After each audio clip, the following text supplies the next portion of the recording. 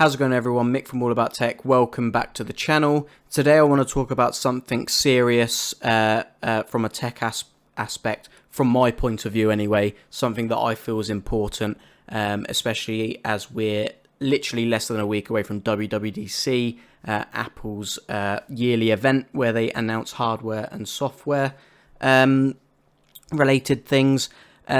And what I want to talk about today is the antitrust investigation that the European Commission has opened against Apple.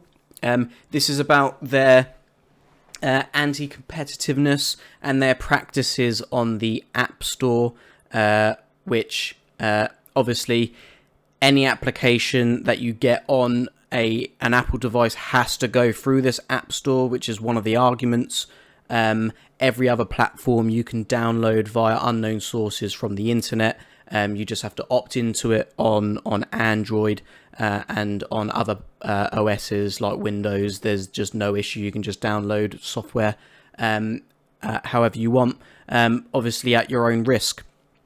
Now, the reason why this has become a massive topic at the moment, and there is a fantastic Reddit post that details everything that's currently going on to this topic, which I'll link in the description. I think you should really go and check it out and give it a read. It's really good. Basically, an example of what happened recently is Basecamp developed a new email app called Hey. This is an app that requires you to have an account for the service, which is payable, and they applied for the App Store, and Apple rejected the app based on its in-app purchasing functionality of the app. Just to give you a quick rundown on Apple's IAP function, the in-app purchases function, any application that is emitted onto the App Store, if they have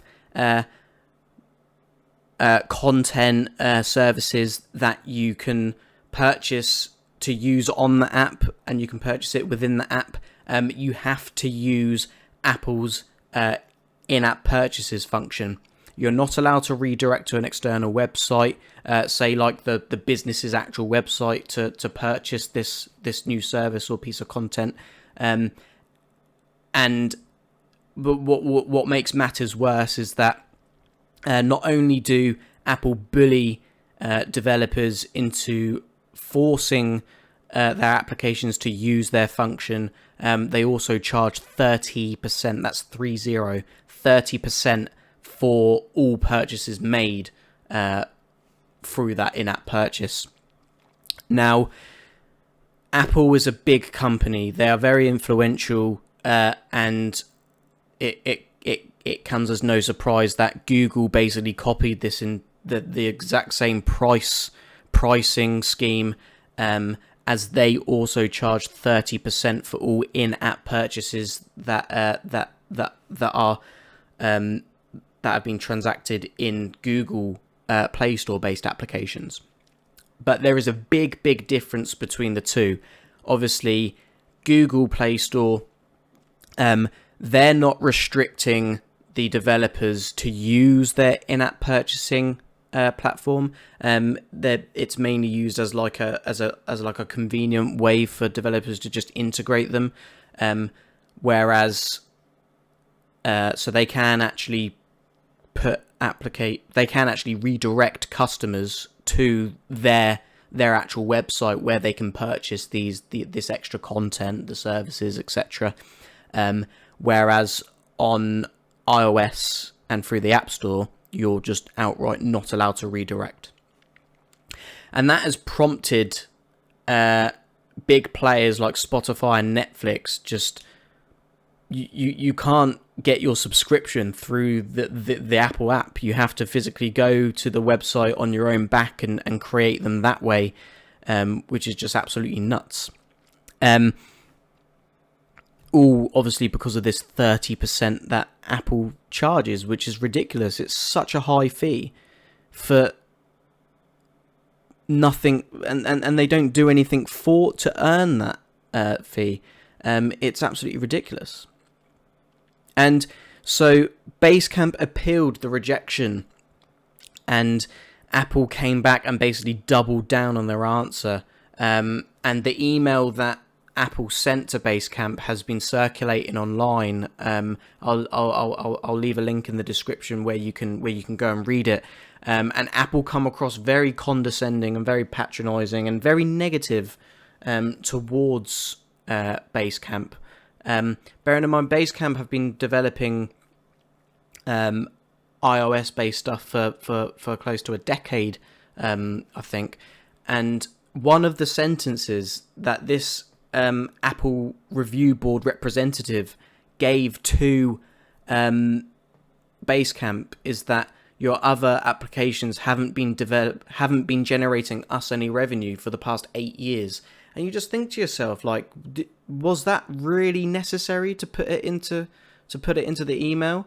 Like, it's bad enough that you're bullying a developer into using their in-app purchases to basically just take 30% of their revenue for the sake of taking 30% of their revenue.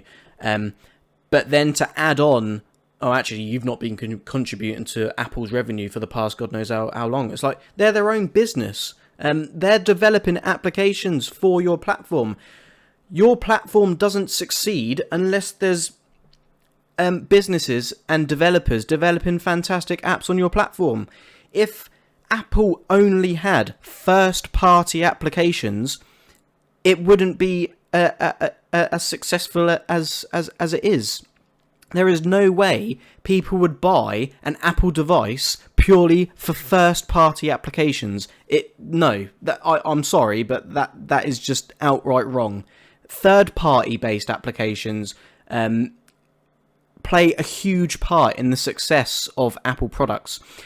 All you have to do is look into some of the applications produced by third parties for you to see, especially if you look at from like an app development point of view, applications tend to turn out better on iOS, and there's a reason for that. And the reason for that is because developers only have to optimize to a handful of devices that Apple has produced, whereas on Android they have to try and make an application that's fit for 1,000 different devices with a broad spec sheet of, say, for example, Instagram. Instagram is so much better on iOS. I'm a bit surprised as to why there's no iPad version of Instagram yet. I find that a bit strange. But Instagram on iOS is just infinitely better than on Android, because when you take a picture to do your story, etc., it looks so much better. And the reason for that is because they've only had to optimize for a certain amount of hardware, whereas on Android, that it's just impossible to optimize it for every single device that people may be using on that platform. It's just impossible. And things like that just shows how important it is that developers are given the proper support, and they're not treated in the way that I think Basecamp and many others have been treated as well. The way Apple come across is that anybody developing on the iOS platform should count themselves lucky that they're able to develop for our amazing platform, when it should be the other way around. Apple should be the ones grateful for that. Developers shouldn't be grateful for the fact that they're developing on iOS. That's absolutely ridiculous. I do find it very frustrating that there are developers that are just being absolutely shafted because of Apple. I mean, look at the whole thing that happened with Spotify, and if you think about it, Spotify are a direct competitor to Apple. So what did Apple do? They tried enforcing this 30% Apple tax on their in-app purchases if they want to do subscriptions through their Apple app, and it's just absolutely ridiculous that Apple are allowed to get away with this sort of behaviour. And it's really frustrating because I've really enjoyed being back in the Apple ecosystem. I recently picked up an iPad Pro. A month ago, I picked up the iPhone 11, I've been on Android for the past 5-6 years, and I just wanted to change. I wanted to move back over to see what my experience would be like. And overall, the experience has been great. But I can't even begin to imagine what the experience is like for developers on the platform. And you've got to remember as well that Apple charges developers like $99 a year or however much it costs just for the right to develop onto the platform. So I just wanted to kind of give you guys a heads up into what's going on, and I guess the message for this story as such is that I want you guys to go out and support these developers. I'm going to leave a link in the description of a bunch of developers I think you should follow. There's some amazing applications out there which kind of help to kind of battle against Apple and their kind of ridiculous policies that they have for the App Store. One of which that I'm going to mention is AltStore. AltStore is a fantastic application that allows you to install Apple applications that aren't otherwise available because they can't get onto the App Store. And what AltStore does is that it certifies those apps. It gives it the certificate for 7 days if you're on a personal Apple ID account, or a whole year for those that are on a developer's account. And they can re-sign it as long as you're connected to the AltStore server, which you connect to your PC or Mac or whatever. You can re-sign those apps every 7 days or so you can keep having access to these apps which you can't get on the App Store. So let me know what you guys think of all of this in the comments below. I think it's really important to support the developers that are putting in so much hard work for Apple to just kind of bully and just be outright anti-competitive, and it's not right.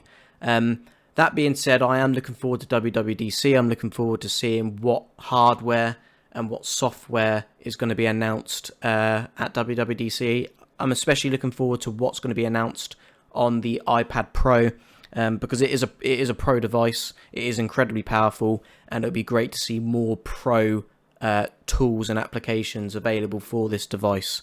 But yeah, let me know what you guys think in the comments below. Make sure you subscribe to All About Tech, turn on post notifications, like this video, and I'll catch you guys out in the next one. Peace.